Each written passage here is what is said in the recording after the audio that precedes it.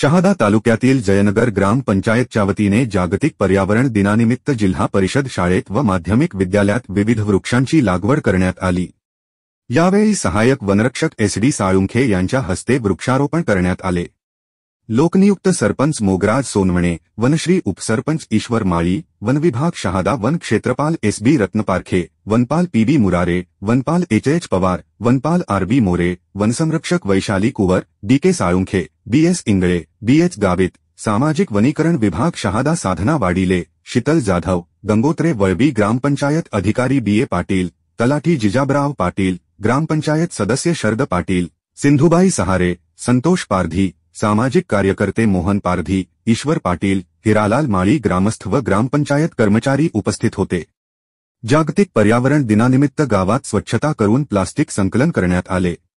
वनसंरक्षक साळुंखे यांनी जलसंधारणासोबत पर्यावरणाचे रक्षण करण्यासाठी वृक्षांची लागवड करून ते जगविणे खूप महत्त्वाचे असल्याचे सांगितले। तर गटनेता तथा उपसरपंच वनश्री ईश्वर माळी यांनी गावात तसेच गावाबाहेर परिसरात अजून वृक्ष लागवड करण्यात येऊन त्याचे संगोपनासाठी योग्य ते प्रयत्न करू असे सांगितले। ग्रामस्थांच्या सहकार्यातून स्वच्छता मोहीम राबवत संपूर्ण गाव झाडू मारून साफसफाई केले व प्लास्टिक बंदीसाठी जनजागृती करण्यात आली। यावेळी ग्रामस्थांना स्वच्छतेची शपथ देण्यात आली। श्री न्यूज शहादा। या ठिकाणी समाजामध्ये असणारा प्रत्येक घटक, त्यामध्ये असणारा पशु असेल, पक्षी असेल, हे सुद्धा या पर्यावरणाचाच तो घटक आहे। मग त्यावेळेला बरेचसे आपण पाहत असतो, बरेचसे प्राणी सुद्धा, पक्षी सुद्धा हे लोप पावत चाललेले आहेत। कदाचित पुढची जी आणखी पिढी येईल त्या पुढच्या पिढीला फक्त आपल्याला ते कदाचित फोटोमध्ये दाखवायला लागतील अशी सुद्धा वेळ येऊ शकते। मग त्या अनुषंगाने ती सुद्धा आपल्याला टिकवण्याची जबाबदारी आपल्यावरती आहे। आणि मग अशा वेळेला आपण काय करू शकतो, तर आपण कुठेतरी ज्या ठिकाणी आपल्याला जमेल त्या ठिकाणी आपण वृक्ष लागवड करू शकतो। त्याच पद्धतीने पक्षी असेल, काय असेल, आपण आपल्या घराच्या छतावर त्या ठिकाणी आपण काही पक्ष्यांसाठी दाणे किंवा पाण्याची व्यवस्था आपण करू शकतो। हे जरी आपण छोटे छोटे आपण गोष्टी केल्या तरी त्या पद्धतीने आपली फार महत्वाची भूमिका आपण त्या ठिकाणी समाजामध्ये आपण पार पाडलेली आहे, हे त्या ठिकाणी दिसून येईल।